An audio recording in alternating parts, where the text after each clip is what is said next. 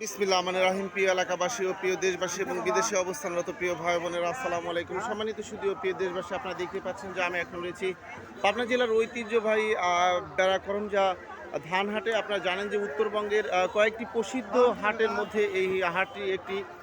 সম্মানিত সুধী ও প্রিয় দেশবাসী, শুধু তাই নয়, এই বেড়ার আশেপাশের মানুষের আয়ের প্রধান হচ্ছিল কৃষি, অর্থাৎ কৃষি স্বনির্ভরশীল এই এলাকাটিতে কৃষকেরা মাঠে বিভিন্ন ধরনের ফসল ফলিয়ে সেই সকল অর্থকারী ফসলগুলো হাটে নিয়ে এসে বিক্রি করেন এবং তাদের জীবন জীবিকা নির্বাহ করেন।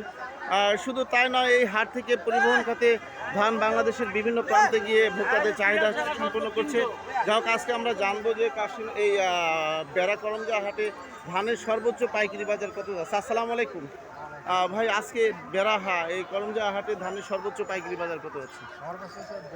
1400 টাকা মন। নতুন আর পুরাতন মানে 1650 টাকা পর্যন্ত যাচ্ছে, তাই তো?